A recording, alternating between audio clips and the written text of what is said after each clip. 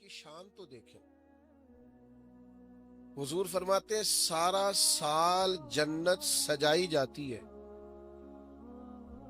کس لیے؟ حضور فرماتے ہیں رمضان المبارک کے لیے. سارا سال جنت سجا دی جاتی، اس کو تیار کیا جاتا ہے رمضان کی سعادت افروز گھڑیوں کے لیے، ان مقدس ایام کے لیے جو لے کر رمضان سایہ فگن ہوتا ہے.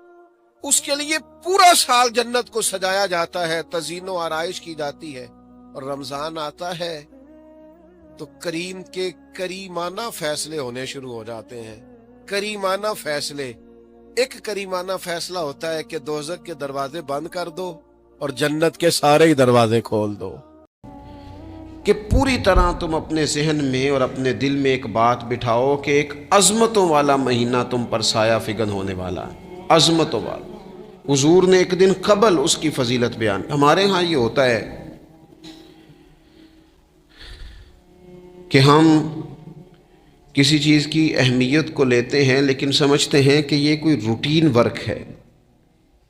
یعنی نارملی ہر سال رمضان شریف آتا ہے، اپنے وقت کے حساب سے چاند بدلتا ہے اور اپنے وقت پر رمضان شریف آ جاتا ہے. ہم سمجھتے ہیں کہ مطلب روٹین کا ایک معاملہ ہے، ایک روٹین کی چیز ہے. لیکن اگر آپ اس کو اس نظر سے دیکھیں گے نا کہ اس مہینے کے آنے سے پہلے، یعنی ابھی ایک دن بعد آنا ہے رمضان کو، اور آنے سے پہلے حضرت سلمان فارسی فرماتے ہیں کہ نبی پاک نے ہمیں باقاعدہ بلا کے خطبہ دے کے رمضان کی عظمت ہمارے دلوں میں بٹھا. یعنی فکری طور پر اور ذہنی طور پر امت کو تیار کیا. فرمایا تم پر ایک ایسا مہینہ سایہ فگن ہونے والا ہے جو مبارک ہے تمہارے لیے، باعث برکت ہے تمہارے لیے. تم اپنے آپ کو ذہنی طور پر تیار کرو کہ ایک ماہ نور تمہارے قریب آ رہا ہے. جو رمضان اسلامی عبادات جتنی بھی ہیں نا، وہ مخصوص پوجا پاٹ نہیں. اسلامی عبادات میں سے کوئی عبادت بھی ایسی نہیں جس کا مقصد ہی ہو کہ آپ نے اتنے وقت سے لے کر اتنے وقت تک فلاں عمل کرنا ہے. جتنی بھی عبادات ہیں اسلامی، وہ اپنے دامن میں کوئی نتیجہ رکھتی ہیں، کوئی رزلٹ رکھتی ہیں. اس کے ثمرات انسانی زندگی پر مرتب ہوتے ہیں. انسان کو تزکیہ نصیب ہوتا ہے، اس کے باطن کو صفائی نصیب ہوتی ہے، اسے خیر کرنے کا موقع ملتا ہے. تربیت کے بہت سارے مواقع اس میں پائے جاتے ہیں. بہت سارے اسرار و رموز کے ساتھ اسلامی عبادات ہیں. یہ جو رمضان المبارک ہے نا، یہ جو روزہ ہے، یہ روزہ اپنے دامن کے اندر تربیت رکھتا ہے. تربیت. یا ایھا الذین آمنوا کتب علیکم الصیام کما کتب علی الذین من قبلکم لعلکم تتقون. اے ایمان والو، تم پر روزے فرض کیے گئے جیسا کہ تم سے پہلے لوگوں پر بھی فرض کیے گئے تھے تاکہ تم تقوی اختیار کرو. روزہ تمہیں پرہیزگار بنائے گا، تمہارے اندر سے جو نفسانی چیزیں ہوں گی انہیں نکالے گا، اور اللہ تبارک و تعالیٰ کی طرف تمہارے دل کا رجحان ہوگا، تمہاری روح کا رجحان ہوگا، تمہیں تزکیہ دے گا. روزہ انسان کی تربیت کرتا ہے. انسان کو روزہ ذہنی طور پر تیار کرتا ہے کہ اللہ کے حکم کے مطابق کھانا ہے، اللہ کے حکم کے مطابق پینا ہے. سب سے بڑا مسئلہ اس دور کا رزق کے حلال کا حصول ہے اور حرام سے اجتناب ہے. تو روزہ ہمیں یہ سبق پڑھاتا ہے کہ ہم وہی کھائیں گے اور اسی وقت کھائیں گے جو کھانے کا ہمیں ہمارے رب نے حکم ارشاد فرمایا ہے، اور جس سے اللہ رسول منع کر دیں گے. جتنی مرضی چمک دمک اپنے دامن میں رکھے، جتنی مرضی، لیکن ہم وہی لیں گے جو ہمارے لیے جائز ہے. آپ غور فرمائیے، روزہ لعلکم تتقون، روزہ تمہیں پرہیزگار کرتا ہے. بہت سارے لوگ ایک بات کرتے ہیں کہ عادتیں نہیں بدلی جاتی. یار کوشش کرتا ہوں لیکن میری عادت نہیں تبدیل ہوتی. میں آپ کو ایک رائے دینے لگا ہوں، مشورہ دینے لگا ہوں. میں آپ سے یہ عرض کرنے لگا ہوں کہ موقع آیا ہے رمضان شریف کا.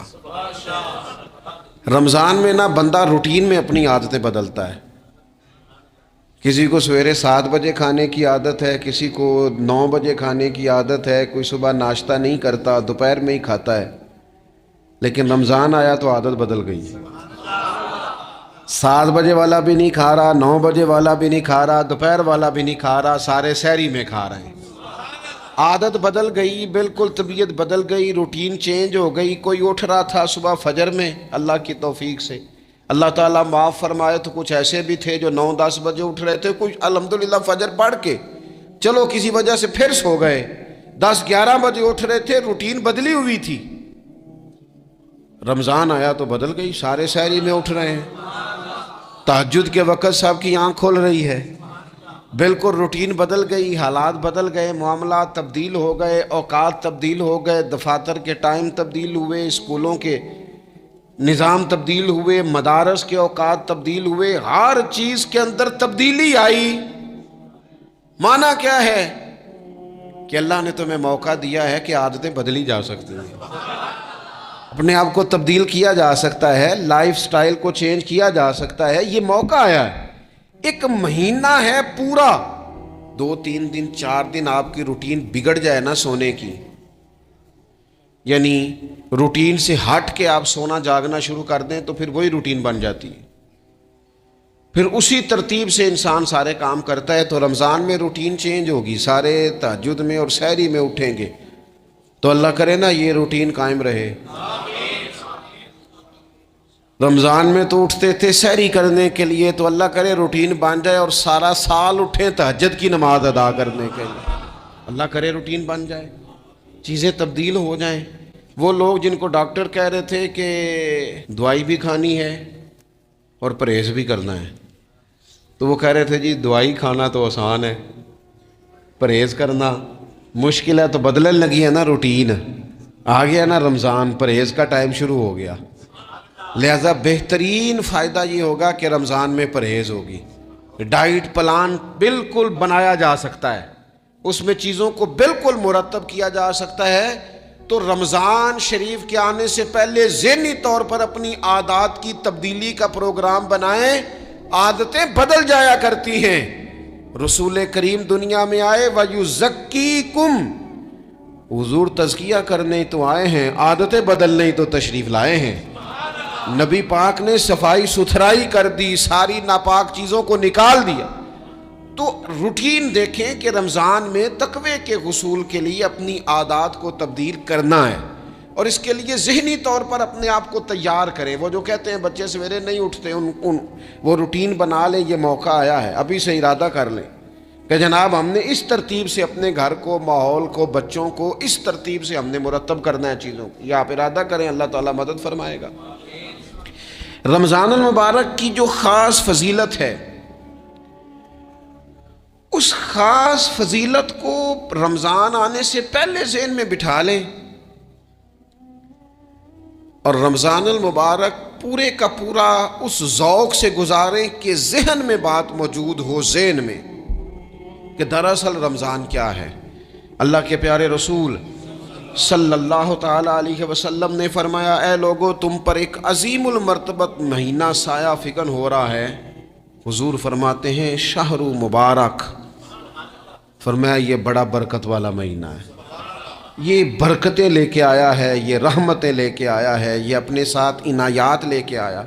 اور نبی اکرم صلی اللہ تعالیٰ علیہ وآلہ وسلم نے فرمایا جو بندہ بھی قرب الہی کی نیت سے رمضان میں نیکی کا طلبگار ہوگا، فرمایا وہ اگر نفل نیکی کرے گا نا تو اللہ تعالیٰ اسے فرض کے برابر ثواب عطا فرمائے گا۔ اور حضور علیہ الصلوۃ والسلام فرماتے ہیں جو اس مہینے میں ایک فرض ادا کرے گا اللہ 70 فرضوں کے برابر اجر عطا کرے گا۔ اپنے ذہن میں ایک بات بٹھائی جائے، ذہن میں یہ بات بٹھائی جائے کہ یہ نا برکت والا مہینہ ہے، اس میں میرا ثواب بڑا ضربوں کے ساتھ آگے بڑھے گا، ایک ذہن بنایا جائے اور پھر ثواب اکٹھا کرنا شروع کر دیا جائے۔ پھر وہ ترتیب بنا لی جائے، کاروباری نہیں، روحانی ترتیب، کاروباری نہیں، یعنی نئے سے نئے سٹال نہ تیار کیے جائیں، مہنگائی کیسے کرنی ہے، اور کس طرح کر کے کن چیزوں کی آج کل مانگ ہوگی، کس ترتیب سے سودا پہلے ہی خریدنا ہے، مہنگا کیسے کرنا ہے، اللہ معاف کرے مصنوعی قلت کیسے پیدا کرنی ہے، کمائی کیسے کرنی ہے، رمضان کے اندر جناب لوگ ساری ترتیب لگا کے ساری. میرے ایک دوست ہیں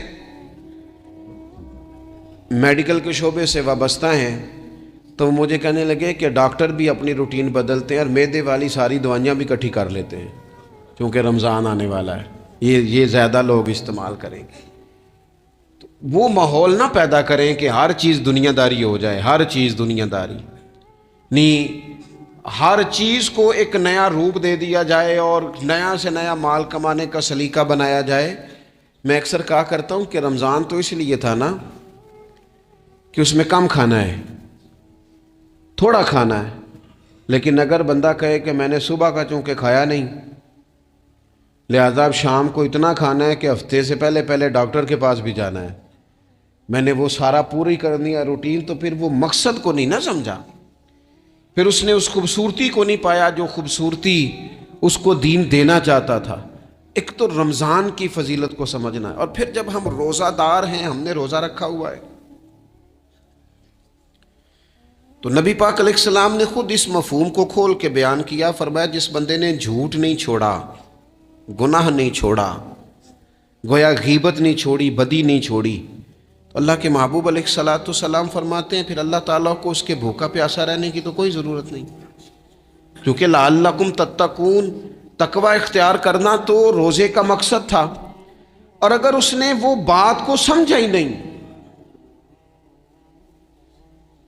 استاد کے لیے صرف استاد ہو جانا ہی ضروری نہیں، اس کو پھر اپنے منصب کا لحاظ کرنا بھی ضروری ہے کہ میں استاد ہوں. والد کا صرف والد ہو جانا ہی کمال نہیں، اس کو پھر اس منصب کے تقاضوں کو بھی سمجھنا چاہیے کہ اب میں ایک باپ ہوں، اب میں روٹین میں وہ آزاد نہیں ہوں کہ جہاں میرا جی چاہے گا جاؤں گا، جہاں میری طبیعت چاہے گی میں کھاؤں گا، جہاں میرا دل کرے گا میں وہ کام کروں گا. اب آپ سرپرست ہیں، سربراہ ہیں. انسان دیکھیں نا، ایک شخص ہے وہ عالم ہے، علم پڑھ لینا صرف کمال نہیں، وہ اپنے منصب کو بھی تو سمجھے نا، اس منصب کے وقار کو، اس کے لحاظ کو بھی تو سمجھے نا. ایک آدمی اگر عمر رسیدہ ہے، بڑا ہے، بزرگ ہے، اور وہ چاہتا ہے کہ میری بزرگی کی وجہ سے میرا اکرام کیا جائے، تو اسے اپنے منصب کا بھی لحاظ کرنا پڑے گا. اس کو حضرت سعدی فرمایا کرتے تھے میں نے 18 سال کے بزرگ دیکھے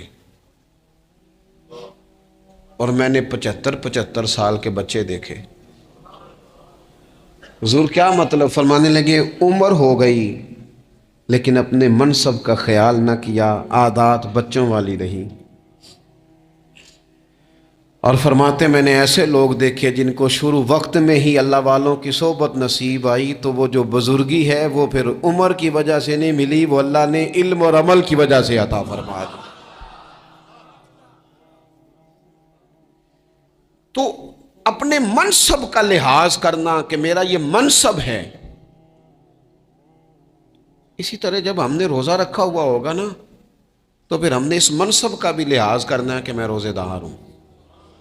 پھر خالی بھوکے پیاسا نہیں رہنا. رسول پاک صلی اللہ تعالی علیہ وآلہ وسلم نے پتہ ہے روزے دار کی فضیلت کیا بیان فرمائی؟ اللہ کے محبوب صلی اللہ تعالی علیہ وسلم فرماتے ہیں کہ رب فرماتا ہے ابن آدم کا ہر عمل اس کے لیے ہے، روزہ میرے لیے. اور فرمایا میں خود جزا دوں گا روزے کی، میں خود جزا دوں گا روزے کی. اور حضور فرماتے ہیں روزہ ڈھال ہے، جو شخص روزہ دار ہو وہ بےہودگی سے، فحش گوئی سے اجتناب کرے. اور اللہ کے محبوب صلی اللہ تعالی علیہ وسلم فرماتے ہیں اگر کوئی شخص اسے گالی دے، اگر کوئی شخص اس سے جھگڑا کرنا چاہے تو پتہ کیا جواب دے؟ اسے کہے بھئی میں روزے دار ہوں، میرے منصب کا تقاضا نہیں کہ میں تیرے ساتھ الجھوں. اور رسول پاک صلی اللہ علیہ وسلم فرمانے لگے اوہو اتنی بڑی بات. حضور فرمانے لگے، یہ صحیح مسلم کے لفظ ہیں، کریم محبوب فرمانے لگے مجھے اس رب کی عزت کی قسم جس کے قبضے میں محمد عربی صلی اللہ علیہ وسلم کی جان ہے، حضور فرماتے ہیں روزہ دار کے منہ کی خوشبو اللہ تعالیٰ کے نزدیک قیامت کے دن مشک کی خوشبو سے بھی زیادہ وقت والی ہوگی۔ اس کے منہ سے جو خوشبو آتی ہے قیامت میں مشک پیچھے رہ جائے گا، اور رب کی بارگاہ میں صرف روزہ دار کے منہ سے، اگر تیرے منہ کی خوشبو رب کو اتنی پسند ہے تو تجھے بھی تو اپنے منصب کا خیال ہونا چاہیے کہ میں نے روزہ رکھا ہوا ہے، میں روزہ دار ہوں۔ اور میرے نبی پاک علیہ السلام کے یہ دو لفظ ہیں نا، وہ صوفیاء ہیں نا، اللہ کے نیک بندے جو ساری زندگی تڑپتے رہے کہ کبھی یہ حقیقت منتظر نظر آنا لباس مجاز میں، کبھی مالک ایک دفعہ کبھی تیرا جلوہ ملے، کبھی یہ حقیقت منتظر نظر آنا لباس مجاز میں۔ لاکھوں سجدے تڑپ رہے ہیں میری جبین نیاز میں، اور جو ساری زندگی کہتے رہے کہ ہم تو عمر دراز مانگ کے لائے تھے 4 دن، 2 آرزو میں کٹ گئے، 2 انتظار میں، یہ دیکھو انہیں انعام ملنے لگا۔ جو اس کی راہ کے سوالی تھے، جو اس کے رستے کے مسافر تھے، جو اسے پانا چاہتے تھے، جو اس کی دید کرنا چاہتے تھے، جو اسے ملنا چاہتے تھے، میرے رسول پاک علیہ السلام نے فرمایا روزہ دار کو 2 خوشیاں ملیں گی۔ ایک خوشی اس وقت ملتی ہے جب وہ افطار کرتا ہے، اور فرمایا ایک خوشی اس وقت ملے گی جب وہ اپنے رب سے ملاقات کرے گا، جب وہ اس سے ملے گا تو اس وقت روزہ دار کو خوشی ہوگی۔ میرے دوستو، خوشی تو جو ہوگی سو ہوگی، لیکن یہ لفظ بڑے حسین نہیں کہ روزہ دار کی رب سے ملاقات ہوگی، یہی لفظ بڑے باکمال نہیں۔ ایک روایت میں تو یہ ہے نا کہ روزہ میرے لیے ہے، میں اس کی جزا دوں گا، اور ایک روایت میں یہ ہے کہ روزہ میرے لیے ہے اور رب فرماتا ہے میں خود روزے کی جزا ہوں، یعنی باقی نیکیوں پر ثواب ملے گا، روزہ رکھنے والے کو رب رحمان ملے گا۔ نبی اکرم صلی اللہ تعالی علیہ وسلم کے امت کے صوفیاء نے نا کچھ چیزوں کو بڑا کھولا ہے۔ عارف رومی کہتے ہیں کہ ایک دن نا محمود غزنوی نے خزانوں کے دروازے کھول دیے اور فرمایا بھئی میں نے آج ہر چیز کھول دی ہے، جو جس چیز پہ ہاتھ رکھے گا وہ اسی کی ہو جائے گی۔ لوگ دوڑے، کوئی سونے کی طرف، کوئی چاندی کی طرف، کوئی جائیدادوں کی طرف، کوئی خزانے کی کنجیوں کی طرف، کوئی بڑے بہترین گھوڑے اور اونٹوں کی طرف، لوگ دوڑ گئے، جو جس پہ ہاتھ رکھے گا اسی کا۔ سب بھاگ گئے، ایاز بیٹھا ہے، نہ وہ حسن میں رہی شوخیاں، نہ وہ عشق میں رہی گرمیاں، نہ وہ غزنوی میں تڑپ رہی، نہ وہ خم ہے زلف ایاز میں، وہ لذتیں کہاں۔ ایاز چپ کر کے بیٹھا ہے۔ پھر محمود نے ایاز کی طرف مخاطب کر کے کہا ایاز اٹھنا نہیں، آج لوٹ سیل لگ گئی ہے، جو جس چیز پہ ہاتھ رکھے گا اسی کی۔ ایاز کہنے لگا بات پکی ہے نا؟ تو محمود خوش تھے، موڈ بڑا اچھا تھا، کہا بالکل پکی ہے۔ تو ایاز کہنے لگے چلو ٹھیک ہے۔ ایاز اٹھے، پیچھے سے جا کے نا تو محمود کے کندھے پہ ہاتھ رکھ دیا، محمود کے کندھے پہ ہاتھ رکھا۔ محمود کہنے لگے یہ کیا بات کا، آپ سے میں نے پوچھا تھا بات پکی ہے، جو جس پہ ہاتھ رکھے گا اسی کا نا۔ تو تھوڑی دیر پہلے مسکراتے چہروں میں آنسو آ گئے، ایاز بھی روئے تو محمود بھی روئے۔ کہا بادشاہ پکا رہنا، وہ جن کو خزانے چاہیے تھے وہ دوڑ گئے، مجھے تو چاہیے۔ لنگ کئی مہینے تے برس گئے تے تیری دید نو دیدے ترس گئے، تیری تو ملے گا۔ تو پھر کہا محمود نے، اس نے کہا میں وعدہ کر چکا تھا، بس ٹھیک ہے، باقیوں کے خزانے اور میں تیرا طے ہو گئی۔ فرمایا باقی نیکیوں پر ثواب ملے گا، اور روزہ رکھنے والے کو رب رحمان ملے گا، اللہ کا قرب ملے گا۔ دیکھو نا، وہ خاص انسان کو کیفیت حاصل ہوتی ہے روزے میں، رب کے ہونے کا یقین۔ وہ جو صوفیاء کہتے ہیں نا مراقبہ کرو، وہ نصیب ہوتا ہے۔ یعنی کسی کو کیا پتہ ہے اس کا روزہ ہے کہ نہیں، اکیلا ہے نا گھر میں، فریزر بھرا ہوا ہے، نہیں نہ کھاتا، کیوں؟ اسے پتہ ہے میرا رب میرے ساتھ ہے، میرا رب مجھے دیکھ رہا ہے۔ بس یہ تصور توحید پکا ہو جاتا ہے رمضان۔ تو پھر اللہ تبارک و تعالیٰ کی بھی خاص رحمت اور کوئی خاص ہی اعزاز. حضور فرماتے ہیں جنت کے کئی دروازے ہیں، ایک باب الریان ہے، اس سے صرف روزہ دار گزریں گے. آواز ہوگا روزے والے آ جاؤ، وہ آ جائیں گے. فرمایا اس خاص دروازے سے گزرو، جب گزر جائیں گے تو فرمایا بند کر دو بھائی، اور کوئی نہیں گزرے گا یہاں سے. دروازہ ہی مخصوص ہے، ان کا اعزاز ہی ذرا زیادہ ہے. تو میرے عزیز رمضان شریف کے اندر وہ منصب کا بس خیال رکھیں کہ میں روزہ دار ہوں، اس احتیاط کے ساتھ. اور دوسری جو رمضان کی چند عبادات ہیں نا، سب سے پہلی تو میں عرض کروں گا تراویح کے حوالے سے. یہ بات یاد رکھ لیں کہ نبی پاک علیہ الصلوۃ والسلام نے فرمایا جس نے ایمان اور احتساب کی نیت کے ساتھ رمضان میں قیام کیا، اللہ اس کے پچھلے سارے گناہوں کو معاف فرما دے گا.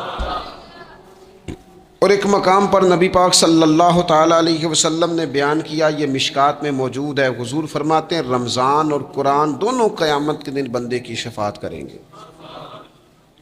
رمضان کہے گا یا اللہ میں نے اسے دن بھر کھانا کھانے سے باز رکھا اور تیری بارگاہ کے حکم کے مطابق اس نے اپنے آپ کو ان چیزوں سے بچا کے رکھا.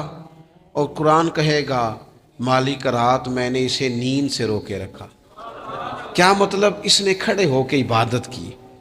اگرچہ اس سے مراد شارحین حدیث نے تراویح بھی لیا ہے، تہجد کی نماز بھی لیا ہے، صلاۃ اللیل بھی لی ہے، لیکن میرے عزیز یہ خاص ربط ہے قرآن مجید کے ساتھ تراویح کا. مسنون ہے رمضان کی راتوں میں قرآن مجید اور تراویح کا پڑھنا. اگر تھوڑی سی نا طبیعت میں صرف تبدیلی پیدا کی جائے، میں نے دیکھا ہے کہ جو لوگ کہتے ہیں نا میرا وقت بڑا قیمتی ہے، بڑی ساری جگہوں پہ آپ کو بیٹھنا پڑتا ہے، بیٹھیں آپ 2 گھنٹے بیٹھیں، 3 گھنٹے بیٹھیں. میں نے دیکھا ہے لوگ جاتے ہیں کسی دفتر میں تو رات کو ہی چلے جاتے ہیں اس علاقے میں، کھڑے ہیں پاسپورٹ کے دفتر کھڑے ہیں، شناختی کارڈ کے دفتر کھڑے ہیں، امیگریشن کی لائنوں میں کھڑے ہیں. کچھ ذہن تو بنائیں کہ میں نے رات کھڑے رہنا ہے اور اپنے رب کی عبادت کرنی ہے. تراویح کو ذرا ذوق سے آپ اگر تھوڑا ارادہ کر لیں گے نا، یعنی کوئی ایسا مشکل کام نہیں. میری تو رائے یہ ہے کہ پہلے 3-4 دن ذرا جم کے ذہن بنائیں اور تھوڑا سا نا روٹین کو بدلنے کی کوشش نہ کریں. جس امام صاحب کے پیچھے تراویح شروع کریں کوشش کریں ساری وہیں پڑھیں. روٹین بدلنے سے بھی سستی آتی ہے.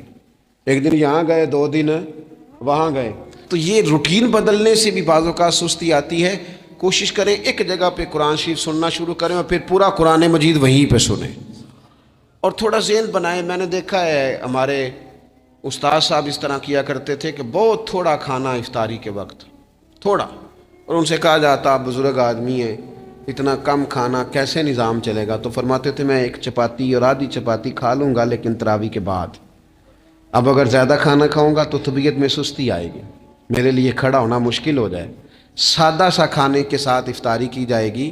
اور تراویح کے لیے اپنے آپ کو ذہنی کہاں ٹائم ملتا ہے سارا سال قرآن پڑھنے سننے کا؟ یہ تو اللہ نے موقع عطا فرمایا ہے. تو تھوڑا سا اگر دلچسپی پیدا کی جائے، بڑا سونا قرآن مجید پڑھا جاتا ہے مساجد میں، بچے بڑی خوبصورتی سے، تو اللہ کا شکر ہے جگہ جگہ پہ. اور مساجد کے علاوہ بھی میں نے دیکھا ہے ہم سے لوگ مطالبہ کرتے ہیں کہ ہماری فیکٹری میں رات کو بھی کام ہوتا ہے، اتنے سارے ورکر ہیں تو بچہ کوئی مل جائے قرآن شریف سنائے، فلانی جگہ بھی اتنے لوگ ہیں تو اگر موقع مل جائے تو اگر تھوڑا ذہن بنایا جائے، شوق پیدا کیا جائے تو اللہ تعالیٰ فضل فرماتا ہے، انسان کو طاقت ملتی ہے کھڑے رہنے کی.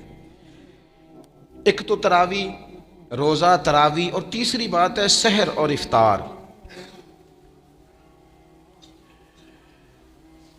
یہ جو سحری اور افطار، یہودی جو تھے نا وہ سحری نہیں کرتے تھے، سحری کا نام و نشان نہیں تھا، روزہ رکھتے سحری نہیں کرتے.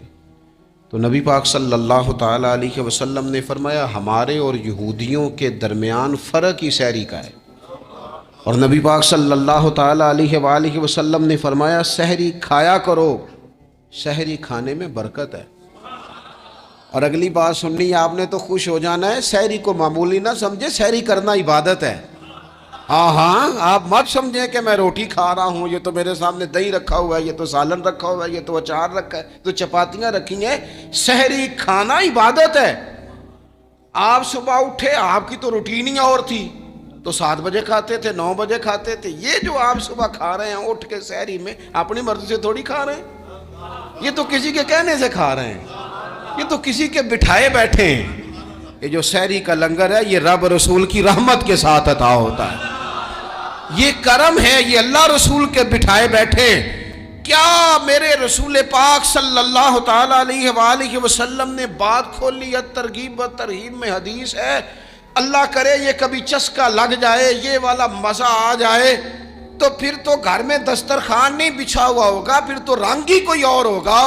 حضور فرماتے ہیں اللہ تعالی اور اس کے فرشتے سحری کھانے والوں پر رحمتوں کا نزول فرماتے ہیں. کھائی روٹی جا رہی ہے، پکا ہوا کھانا ہے، لیکن حضور فرماتے ہیں رب بھی رحمتیں فرما رہا ہے اور اللہ کے حکم سے فرشتے بھی رحمتوں کا نزول کر رہے ہیں سحری کھانے والوں پر.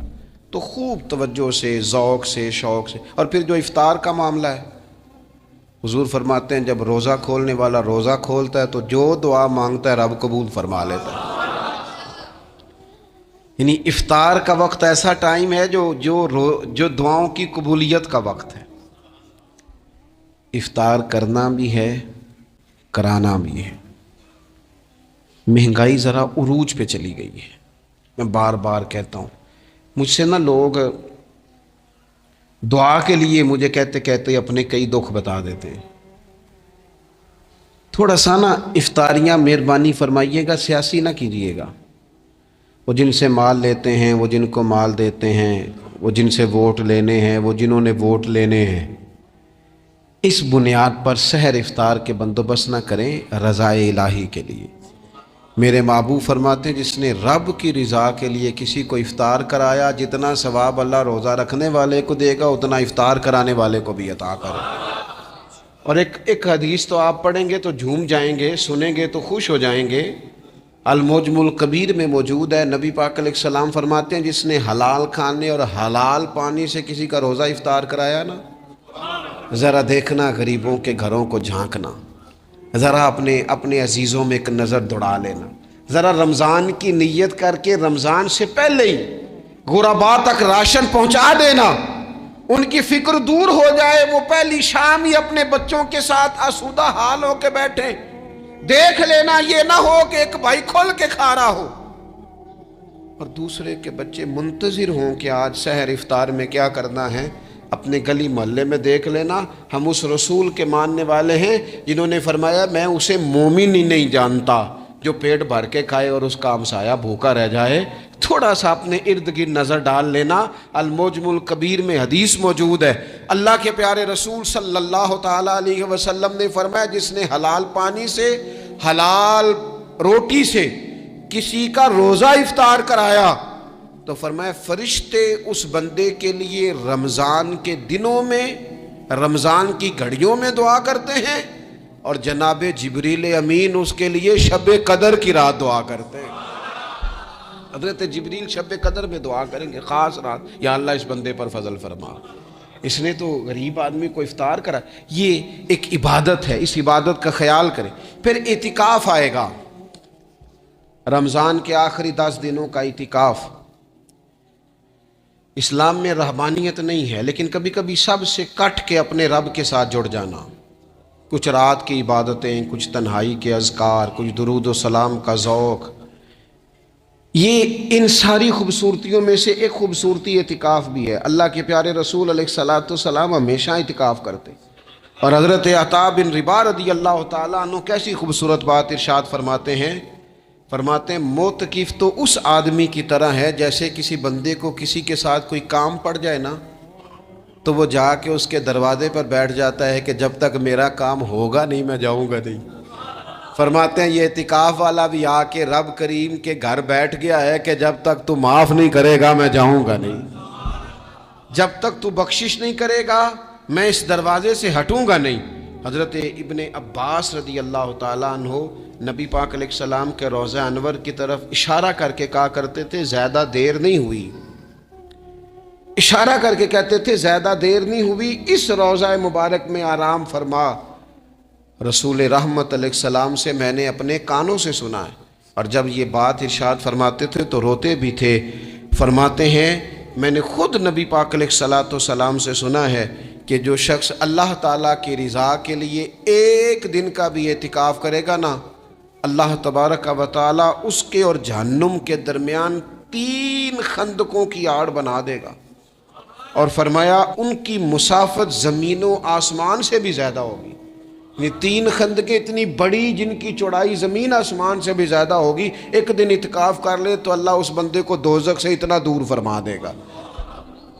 بہت سارے لوگ ہیں جن کو بڑا ٹائم ملتا ہے چھٹیاں گزارنے کے لیے، کبھی کسی سیاحتی مقام پر، کبھی کسی سیاحتی مقام پر، خرچہ بھی مل جاتا ہے، کام بھی ہو جاتا ہے، سارے سلسلے ہی بن جاتے ہیں، بڑی بڑی جگہوں پہ لوگ جا کے ٹائم گزارتے ہیں۔ تو ایسا نہ ہو کہ 10 دن اللہ کے گھر میں بھی گزارے جائیں۔ علماء نے لکھا ہے کہ کوشش تو کریں ہر سال اعتکاف ہو، نہ ہو سکے تو چلو چند سالوں کے بعد ہو جائے، اور فرماتے ہیں کہ زندگی میں ایک دفعہ تو اس سنت کو ضرور ادا کرنا چاہیے۔ کوئی بندہ ایسا نہ ہو جو محروم رہ جائے، زندگی میں ایک بار صحیح پر اعتکاف کے ساتھ اپنے آپ کو وابستہ ضرور کرے۔ رمضان المبارک کے اندر آخری عشرہ شب قدر کی تلاش کا عشرہ ہے۔ اللہ کے پیارے رسول صلی اللہ تعالیٰ علیہ وسلم ان 10 دنوں میں خود بھی عبادت کرتے تھے اور گھر والوں کو بھی جگایا کرتے تھے، اور اپنے اہل خانہ کو تاکید فرماتے تھے کہ اٹھو اٹھو، آگے بڑھو، یہ آرام کرنے کے دن نہیں ہے۔